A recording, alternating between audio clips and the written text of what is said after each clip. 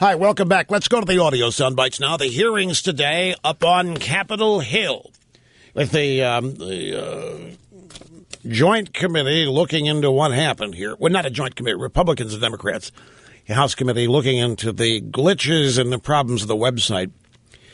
And the chairman and the ranking member give their opening statements, and then the next members in the leadership give their opening statements, while the guests and the targets are just sitting there at the witness table waiting. And everybody goes through the motions here. Then they finally get to the questions for the witnesses. During his opening statement, the ranking member, the Democrat on this committee, is Henry Nostralitis Waxman, a Democrat from California.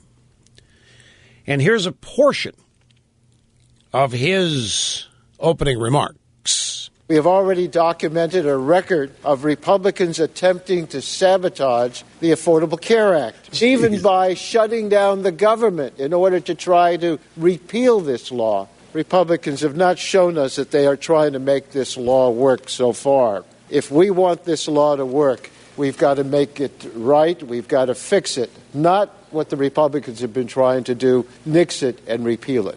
We have documented a record of Republicans attempting to sabotage the Affordable Care Act, even by shutting down the government. In the midst of the system collapsing, in the midst of people unable to go online, the Republicans have nothing to do with this law's existence. Anyway, that's just an example. There were others on the committee, other Democrats. Frank Pallone, you'll hear in a moment, coming. They're just all over the board here, using the typical time-honored tactics, blaming the Republicans, coming up with the conspiracy theories. Now, at this hearing, all the contractors, the witnesses, passed the buck, saying that their individual parts worked, but that the whole system didn't. And they also said there was not a sufficient end-to-end beta testing period. Now, that is unbelievable. You've got 3 years, $638 or whatever it is, $1 million, and they didn't beta test it. They didn't test it at all. And they had people who knew that it wasn't going to. Yeah, Waxman called it enormous success first. The first thing he said was, it's an enormous success. And he cited statistics of people that are now have insurance who didn't. And he cited people who are paying much less than they ever did. I mean, it was incredible. It was one misstatement after another. And it'll be played in California. Low information voters out there will hear it, and they'll fall for it. But the fact is, the real life is that it's a bomb. And it's a bomb so that all of these Democrats who are up for re-election, Democrat senators, every one of them up for re-election next year wants a 1-year delay in the individual mandate. By the way, Obama has extended this is the New York Times, I think, has extended the Obamacare enrollment period by 6 weeks, which means he's arbitrarily changing the law again. New York Times calls it a tweak. But remember when Ted Cruz and Mike Lee tried to change the law of the land? That was called terrorism, hostage-taking, treason, demanding a ransom or some such thing. When Obama does it, it's just a tweak. He just arbitrarily is extending the enrollment period 6 weeks. He can't do that, but he's doing it.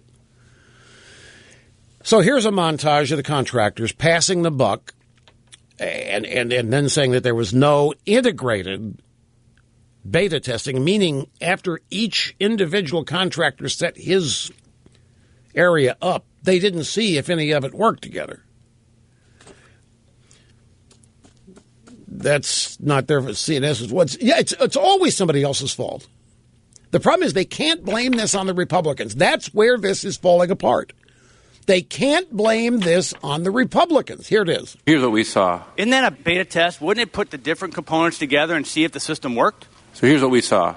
We didn't see the full kind of integrated end-to-end system testing that you're talking about. Why not? Until the couple of days leading up to the launch. Shouldn't we have had that? Ideally, yes. Ideally, yes. Wouldn't any other system, corporate entity rolling out something would test to see if it worked before it went out into the field? Yes.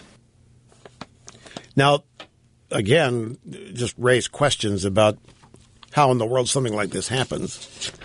And I remember on Tuesday, it really is important. I mean, because it exposes so many things about Obama that are not true. You know that if you are a leader of people in a business or in any endeavor, and if you're charismatic, dynamic, and if you're really passionate about something, and they all know you really want it, and they love you, and they love working for you, they want you to look good, they want to look good in the process, they believe it like you do, you want it, they'll go over the hill for you. They'll work 24 hours straight for you. They'll do whatever it takes to get it right and make it the best. Why wasn't that happening here? We've got supposedly the most messianic, inspirational, once-in-a-lifetime opportunity of a politician ever in Barack Obama. And this is the big deal. I mean, this is the cat's meow. This is the pièce de résistance. Where were all these people making sure it worked for Obama? Where were all these people doing it for Obama? Where were all these people doing it for the country? Where were all these people doing it for the party? Where were all these people doing it for the cause? Nobody was. And that comes from the top. And I'm telling you, Obama still to this day doesn't care about any of this because this isn't what the big deal is to him. This is just, a bump in the road on the way. This doesn't matter to anything. He's a forward thinker. He's already 3 or 4 years down the line while we muddle our way through this. And in Obama's life, everything did get taken care of. Everything got done. Every school he wanted in, he got in. He needed a grade, he got it. Law review, got it. President, law review, got it. Whatever, Obama's way has been paved. He's got a lifetime of expectation. It's all going to work out. Kathleen take care of it. Whoever, it'll work somehow, somewhere, someday. It'll end up working. I don't care what happens between now and then. It'll work. That's his attitude. So he goes out and says, you're going to keep your doctorate? No, it doesn't matter because in the end you're not going to be able to anyway. But whatever it takes to keep you in line, premiums come down $2,500. He may actually be saying things he wishes he could make happen, and by force of will, because he wants it to, it will. Maybe that's his makeup, I don't know. But I'm telling you all of this even now. The only reason he cares about it is because image, optics. That's why he jumped both feet today into immigration reform and amnesty.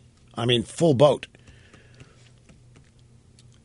Which we'll get to in due course. Frank Pallone, Democrat, member of Congress, New Jersey, lost it numerous times in the hearings with Republicans who were daring to ask questions about the competence of the regime. Pallone ended up calling the hearings today a monkey court.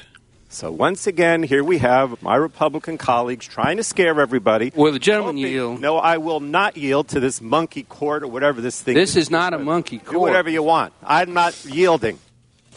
That's Frank Pallone, admirable person from the monkey court. Can you imagine if a Republican had referred to a congressional committee as a monkey court?